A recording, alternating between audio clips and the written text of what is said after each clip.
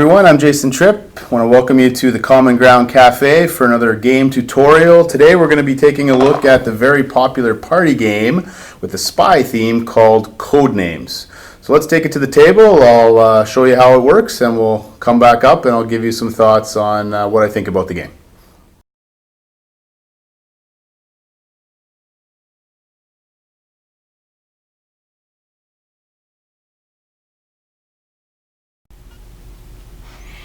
Okay, here's an initial setup for Codenames. Basically, the setup involves, there's hundreds of these cards. They're double-sided. They just have random words on them. And so what you're going to want to do is you're going to want to make a 5x5 grid of 25 cards, randomly flipped face up.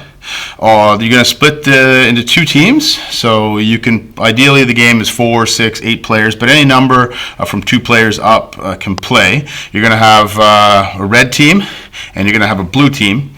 And you're going to assign one person from each team to assume the role of the code master. And the code master will choose, secretly they'll choose one of these cards here, which shows, similar to the board, a 5x5 grid.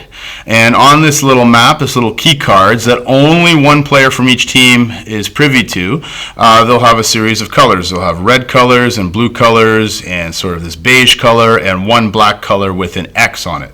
Now, one team will be the red team and one team will be the blue team. So one player from the blue team and one team from the red team will put this card, they'll stand it up where only they can see it.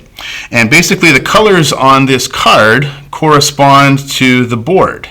So this top corner here is red. That means that this card here that says plate is connected to the red team. Likewise, this top corner over here is blue. That means this card here that says needle is related to the blue team.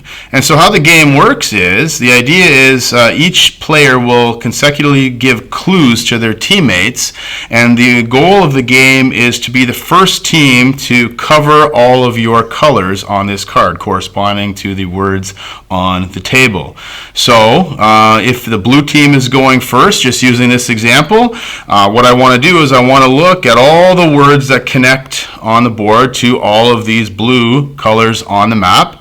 The first thing you want to do is you certainly want to stay away from this black X, because this black X is the assassin. If at any time your team guesses the assassin, they are eliminated and the other team wins immediately. So here are the rules and restrictions for giving clues. The clue can only be one word and followed by one number. So the word is the word that you're trying to get your teammates to connect to various words of your color on the table. The number tells your teammates how many different cards you have in mind that you want to connect to that one word clue. So for example, if I'm the blue team, see these bottom two are blue here, that corresponds to these two words here. And I might think, Olympus and Himalayas. Is there a word I can connect those? And I would possibly give one word. I would say mountains. Having scanned the rest of the board, I don't see a lot of others that connect to mountains. And then my teammates would discuss amongst themselves.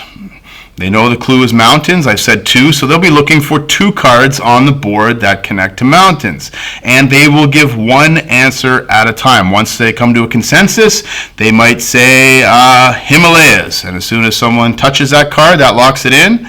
At that point, I would not say yes or no, because it is possible they can get the right color but the wrong card. I would simply take the color, either a blue or a red, or this brownish beige color is simply a neutral, innocent bystander. I'll explain what happens with that shortly, but in this case, they would be correct. It would be a blue. It's the one I had in mind, so I would take simply a blue agent, and I would put it on Himalayas. Because they got the first guess correct, that now allows them to take a second guess, because again, the number was 2.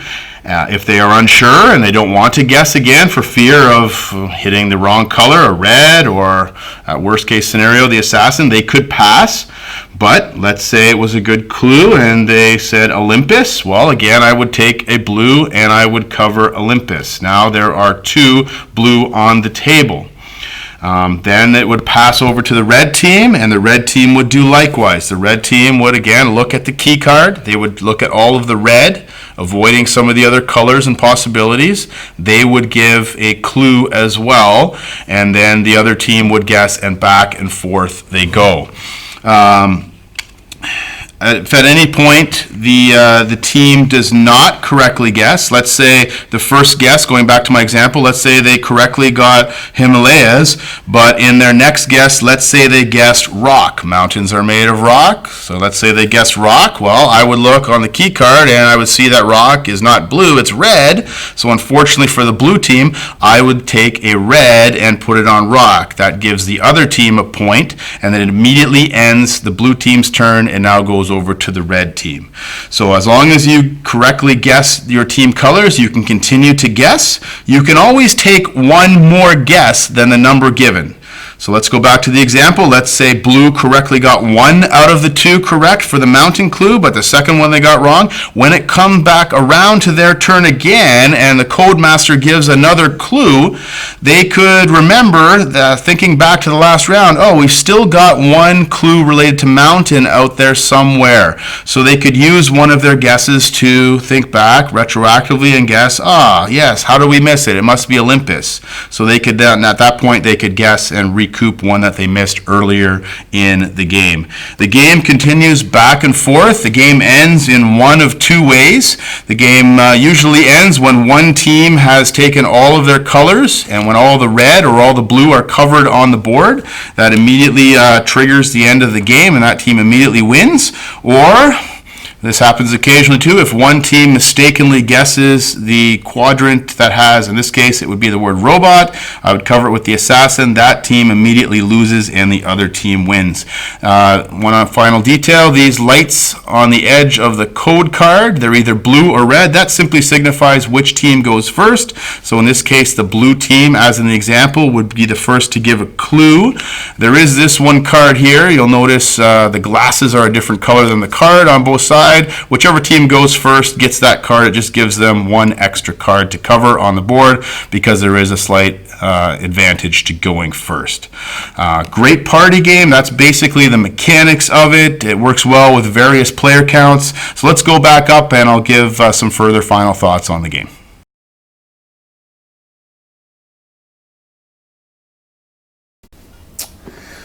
All right, so that's a brief little overview of the game Codenames. There are a few other minor details I didn't discuss, but I hope that gives everyone enough to go on. It's a great, highly rated party game that's been out for the last couple of years.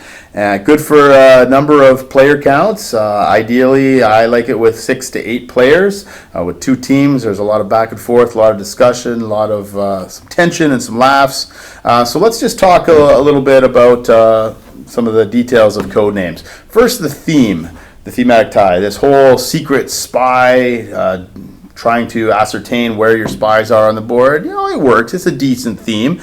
It helps give a little more to a word game that would simply be a little more bland otherwise. So I appreciate the secret spy theme. I think it works for this game. I love the idea, and I've certainly played, even if you've got an enthusiastic group, you can actually wear spy gear. Everybody wears dark glasses. It helps sort of set the theme and the mood and the atmosphere of the game. So I appreciate the theme. I think it's well done. The aesthetics of the game, the components, they're good. They're not the best I've seen, but the cardboard components are solid, well made. I enjoy the artwork in the game. Everything is adequate. It's adequate. Replayability of the game. This is really is a plus for me. There are hundreds and hundreds of those cards, those word cards. They're all double-sided. So I think you can get a lot of replayability. I'm still pulling out cards after playing this probably 40 to 50 times that I haven't seen before. And so certainly whether you're playing it with different groups of people or different cards, and also those key cards, depending on the orientation of how you have those cards the Codemasters can see, it really does change up the game. So the replayability is a big plus in Codenames. The game length, it says on the box 15 minutes. Really, the game can be as long as you want the game to be. I think one round takes about 15 minutes, and typically we like to play this game a few rounds. The beauty of this game is you can play for as long or as little as you want to during a game night. Sometimes we let everybody on each team assume the role of Codemaster, but you can really have a set time for as many rounds as you want to play. But 15 minutes a round is about right. Seems like it's a perfect party game because it has that variability on as long as you like to play, you can. Tactics and strategy. Yeah, there is some tactics, there are some strategy. Something I appreciate in the game is if one team gets way behind, it kind of forces the other team to press their luck a little bit, to give a clue that connects not just to 2 words, but to 3 or 4. I've seen even upwards of 5. One thing I didn't show in the tutorial video is if a team is way behind, they can do what I call a Hail Mary, and instead of giving a number, they can just say the word unlimited, and that gives their teammates unlimited number of guesses. It's very risky, but if it's the only way you can win, and every once in a while you'll see a team just blindly guess correct words to come back and win. That's pretty exciting when that happens. So I think there is a bit of tactics, there is some strategy, even on the part not only of the clue givers, but the guessers too. They have to strategize, should we risk it? Should we risk hitting the assassin or the other team? If we're not sure, should we pass? If we pass, we might fall too far behind. So there is a bit of give and take. There's a tension that goes throughout the game. All in all, superb game, one of my favorite party games. If you're into party games, looking for a good word game with a good theme, I recommend Codenames. Thanks for watching, and we'll see you again soon at the Common Ground Cafe.